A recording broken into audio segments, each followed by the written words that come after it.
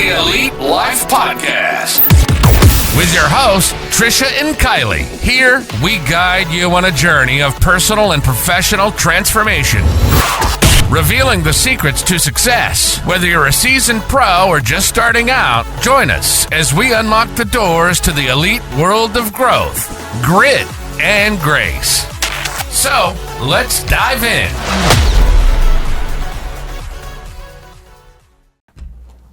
What is up, Elite Life fam? You have found yourself in another episode of the Elite Life Podcast. I'm Kay Kizzle. That's T-Money. Woo! And today we are going to be breaking down Trisha's amazing adventure.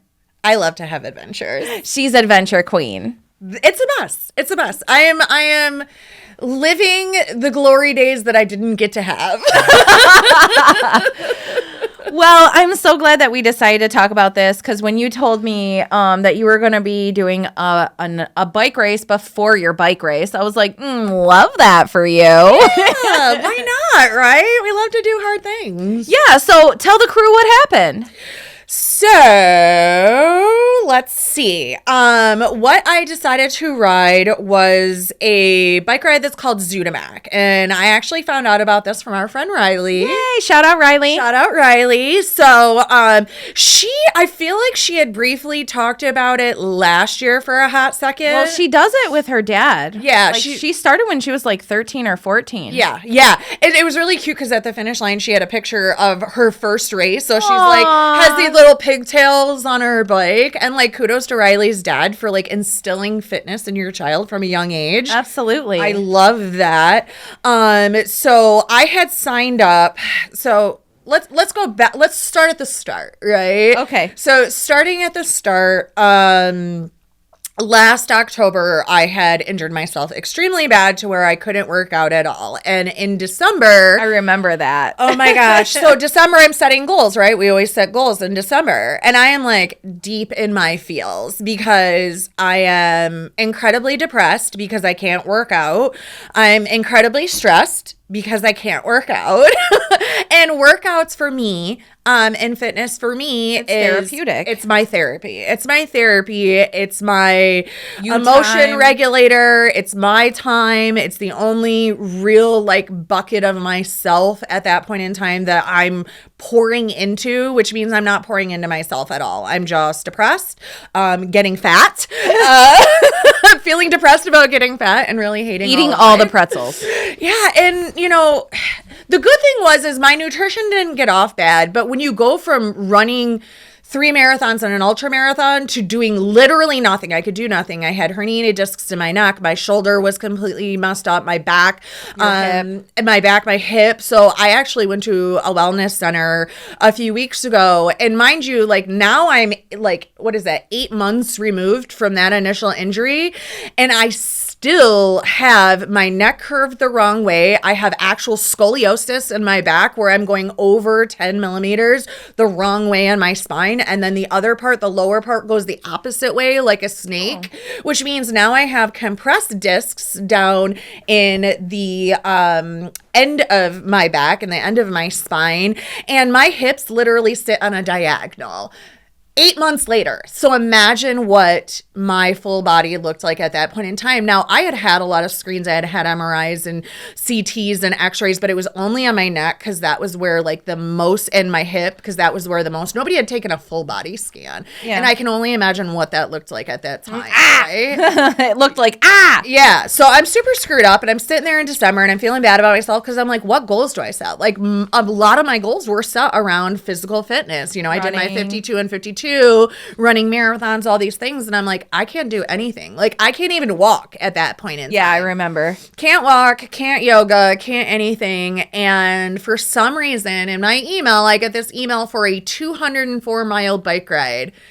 And I can't do anything. And I'm like, God's telling me to sign up. So I'm going to sign up for this. And it was crazy. Like, you can't move. And you're going to sign up for a 204-mile bike ride. But I just did it. You know, I'm like, I will figure out a way to get myself where I need to get to by June.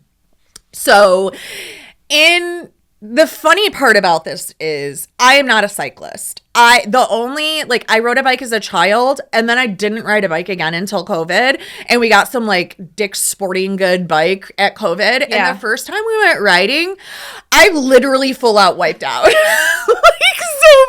so bad. The first time I wiped out, so we get on our bikes, me, Trent, Angelina, and Dave, and we're riding down Hines Drive. Yeah. And I like go to look back at Angelina, and I almost pull, I don't remember what it is, like Wayne's World or wherever, where the girl like flips over the thing of the car, because I look at Angelina and I turn around and there's a car coming out, and I like slam on my brakes, like I totally wipe out on the ground. I'm just like, oh my gosh. So I'm not badly injured other than my pride, of course. Right. Mom just fell off the bike and wiped out. Yeah. So I get back up, we continue to roll, and all right, moms, like if you get no other message from this, don't look back at your kids while they're riding their bikes. Like they'll work it out. Because as soon as you do, you're not looking forward at what's happening. So I look back to make sure Angelina's okay, which is silly because Dave's riding at the back, so he can see her. She's fine. Yeah, you would hear somebody yelling. Yeah, and I'm just like, so what do? I go to look forward. I don't remember what happened, but I end up rolling down a hill on Hines Drive. I mean, straight like rolling on the ground. Like I get to the bottom. I am like maniacally laughing. Like I hurt my, like I didn't like literally injure myself, but I was like hurt. Like I had like scratched on my arms, scratched on my legs, rolled down a hill, like comically. And like I look up and my whole family stayed up there. They're like, "Are you okay?" And I'm like, "Yeah." So that's the only bike experience I had, and I signed up for a 204-mile bike ride. No, I mean, if there's one thing that we all know about you is that you don't know when to quit. Well, if I can't run, of course I could bike, right? We'll figure this out. Yeah, so we've got 6 months to prep. So how do we start? Yeah, so we start on the Peloton. I have a Peloton, and I'm like, a bike's a bike's a bike, so I'll jump on this Peloton and I'll start riding. And Pelotons are fun. But for me, because I've done so many other exercises in my life, when I got the Peloton during COVID, and I rode it during COVID, and I like human competition, and even though they have the leaderboards and stuff, I just didn't lock in with that. So for me, having this Peloton for, the last 5 years since I got it during COVID, it's just been like, if I didn't get to any other like gym or workout, like I'll ride my Peloton at home. So it's pretty much collected dust up to here. So January I jump on, I start doing the classes. They're fun. They're engaging. The instructors are always super fun. My first ride on my Peloton, which was like my first actual workout, I cried. I literally am like on my bike crying, like the release of, I can finally feel a little bit like myself. I'm releasing all these chemicals, endorphins from actually like working out and sweating. All the stress from the holidays and everything that goes along with that. Everything. So I'm like, oh my gosh, finally. But of course, like I'm still working through these injuries. So I don't feel great the next day. So I'm just trying to like intermittently work on this Peloton.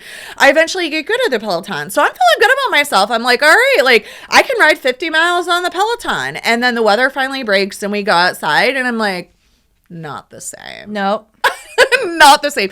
And I have this like inside like trauma from like subconsciously flipping over the handlebars. Flipping over and wiping out twice already. So I start riding my Dick's Sporting Goods bike around the neighborhood and stuff like that. I don't know if you've explored the streets of Clarkston, but there are so many hills. So many hills. And you don't get that on your Peloton, baby. No, not at all, because we have all the lakes. Well, we're in Michigan, so everything is hills and valleys and going around lakes and all of the potholes. Yeah, so it's literally every pothole. So how many potholes did you lose your Dick's Sporting Goods bike inside of? Right. Quite a few. And then I was watching, like, so I think that I signed up for Zoo-De-Mack like in January. Like Riley's online again and she's talking about how she's going to do it with her dad. And I'm like, I should totally do that as a warm up for my gravel grinder. And so I'm watching her. She's watching me. We're like inspiring each other and cheering each other on social media and like in person and stuff. And we're talking about it. And like, I am terrified inside because I'm like, I can't, like, I finally conquer the Peloton. I can barely ride around my neighborhood. And I'm like, oh, like, you need a better bike. I feel like it's coming down to you need a better bike. That's what you would think, right? Yeah. So we go. the week before the Zoo-De-Mack, and I'm like, I just need a better bike and everything will be okay. So I go, and of course I think like just like running shoes, if you get the best of the best, like you'll be solid. It'll be more comfortable. It'll be easier. So we go get these bikes. Dave does all the ChatGPT homework, and they're called Specialized Divergent. That's like Specialized is the brand, and this is the Divergent model. And I'm like, yep, take them just like I buy a car. Walk in, I'll take it. Sure, sounds great. And they're like, it's funny because the guys at the store are kind of like almost like giggling at like, yeah, I don't ride at all. Like, give me this bike, you know, like everything's going to be fine. I signed up for this 204-mile race. Mind you, everybody who actually cycles, every time we say that, they look at us like, oh, you done lost your mind. You done lost your mind. Dave signed up too? Yes. Both Why Dave would you do that to him? He wanted to. I don't believe that for a single second. I did not sign him up, and he kept asking, did you sign me up? Did you sign me up? Did you sign me up? When we went and got the bikes, I was like, all right, go ahead and sign up. We did our like first 50-mile bike outside. We rode from Pontiac to South Lyon and back to Pontiac, which blew my mind because I don't like driving from Pontiac to South Lyon. Better yet, like riding a bike, but I like scheduled out a day, and we got on the bikes and we rode there and back, and I was okay. It's a very flat ride. So if anybody's ever looking for a flat ride in Michigan, go get like it's called the Clinton Trail when it's in Pontiac. It's called the South Lyon Rail Trail when you're in South Lyon, and you can run this trail all the way down, and it's very flat. It's very easy to ride. So I was feeling good about myself. I got this bike feeling good about myself. We go to ride them. Mind you, this is the week of the race. So we go to ride these bikes. I'm really excited. Dave gets on the bike. Now, mind you, Dave went back to the store to pick the bikes up. So he got fitted for his bike. They put him on this like spinny thing, adjusted all of his stuff, taught him how to ride the bike. And so we get on these bikes and he's going. He knows how to shift the gears. He knows how to ride the bike. Me? Oh no. These tires are so skinny. I am so wobbly. It is so fast. It's like going from driving a Prius to a Porsche. Well, you didn't go and get fitted for the bike. I was busy. I was training realtors. Okay? It was training week. All I'm saying is ask for help. That's all I'm saying. Yeah.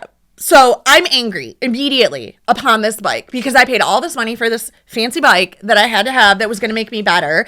And I have no control on this bike. We know Trisha likes control. We do. We know this. We're working through this. Yeah. So we ride. I don't even, like, we get to an hour and I'm like, we're done riding. We're done. And I'm like, call the Uber. Oh, and I'm angry. I am indignant about this. And so the next day I worked, we packed. Dave packed my new bike.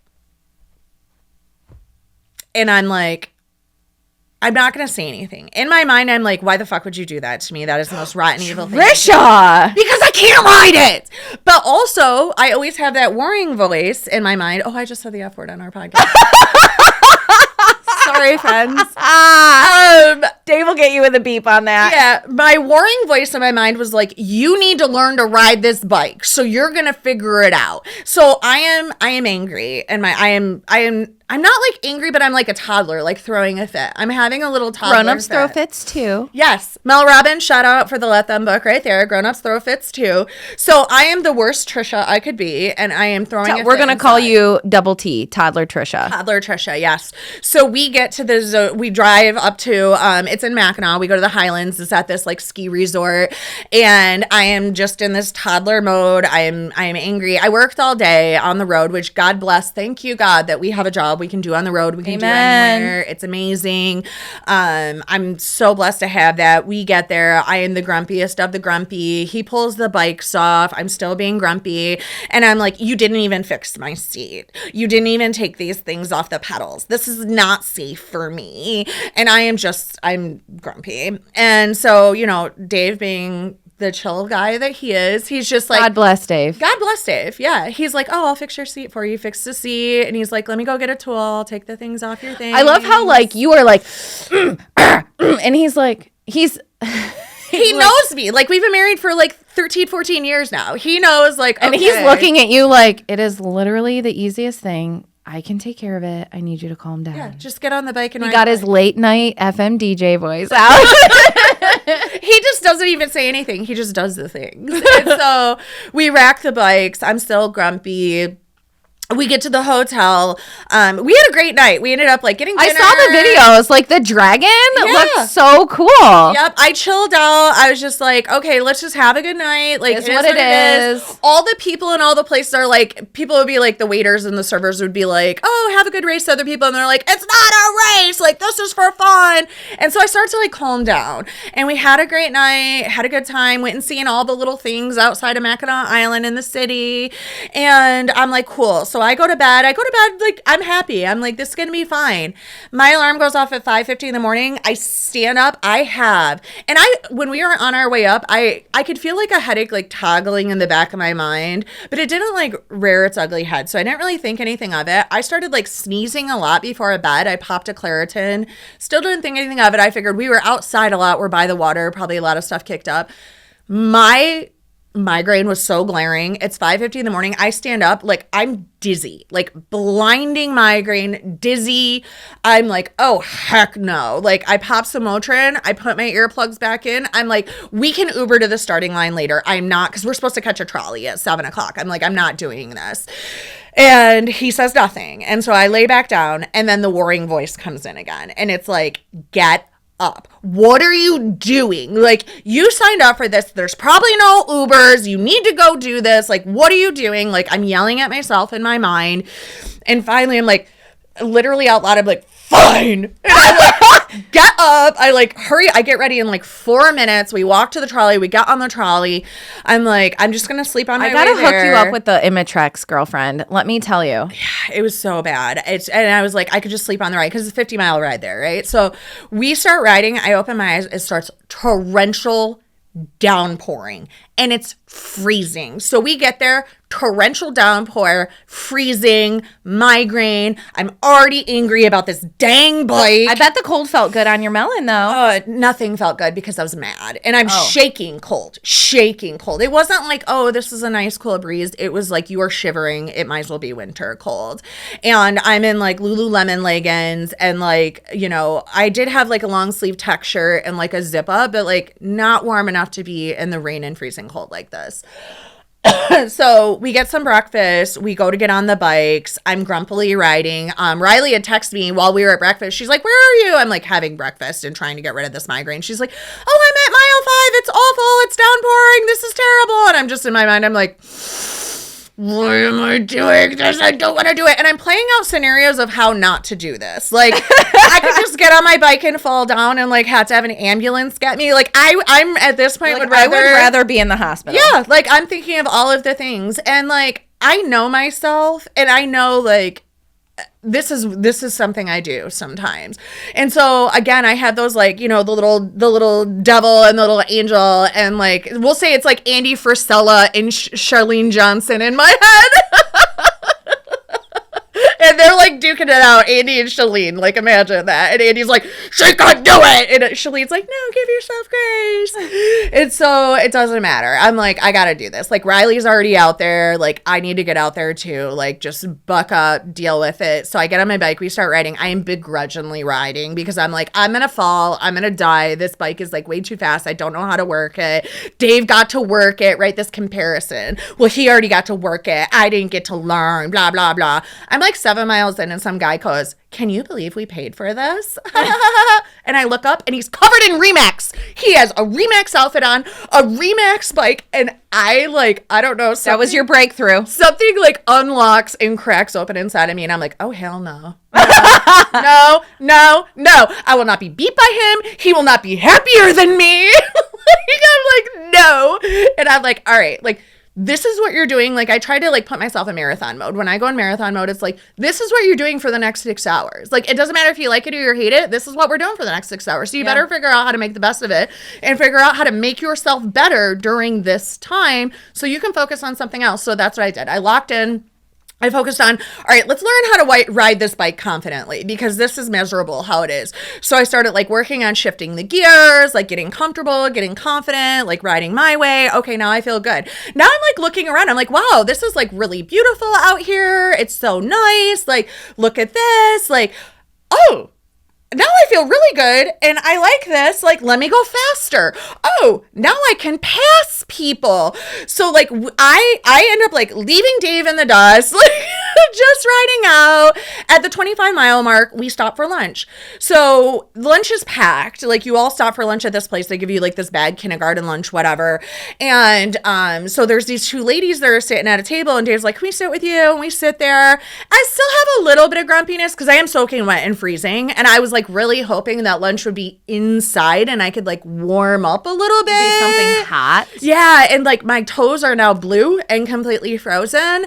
And it wasn't as when I seen the bag lunch, I'm like, I don't want to eat that. And then like I seen we had to be outside. I'm like, all right. But the ladies that we sat at the table with Were delightful. oh my gosh, this one girl, I was like, you like blow my sunshine and unicorns on my best day away. Like, she was just so happy and so positive, and she had already ridden the race that I signed up for, the gravel grinder, but she rode the 100, not the 204. And so she's like, you're riding the 204. That's amazing. And I was like, she goes, I'm not really a cyclist. I said, I just got this bike 2 days ago. And she's like, oh wow. And she's like, you can do it. And Yay. she's a complete stranger. She's just like pumping us up. She's like, I love it. You guys have the best perspective. And she was like, so amazing. And it just like lifted my soul. And I was like, I can do this. And so it's like, we finish up lunch. She was great. We introduced ourselves. Like, we make plans to meet at the gravel grinder. I get back on my bike, and it is just like, for the road, it was like perfect conditions. Like, they had just blacktopped this road and it was like flat, and I'm like, let's go. And then like something clicked into me, and it was like David Goggins came out, and I'm like, I'm gonna pass everybody. He calls it like stealing souls, like everybody you're passing, you know.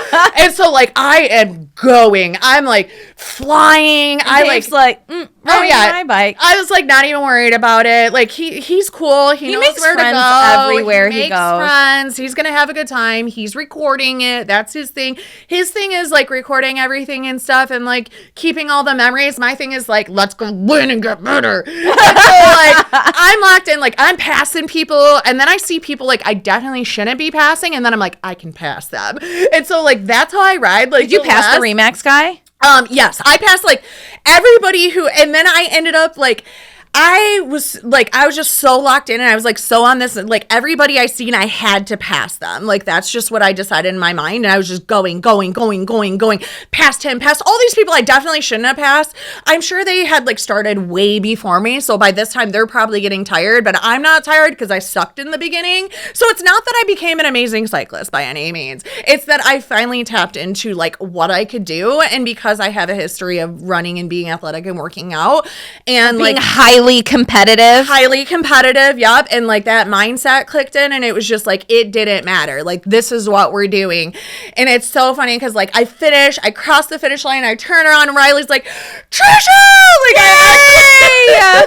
She's like, wait a minute, when did you start? And I was like, I don't know, but I finished now. And I was just like, on a whole other level. I love the energy. Like, I that is one thing I will give her is the energy that she pours out on everybody that she loves is so amazing. Yep. I remember there, like, she came into the office the one day, or she was already there, and I came in, I said hi to Kim, and I heard from the back, this was when we were in the back office, is that my bestie?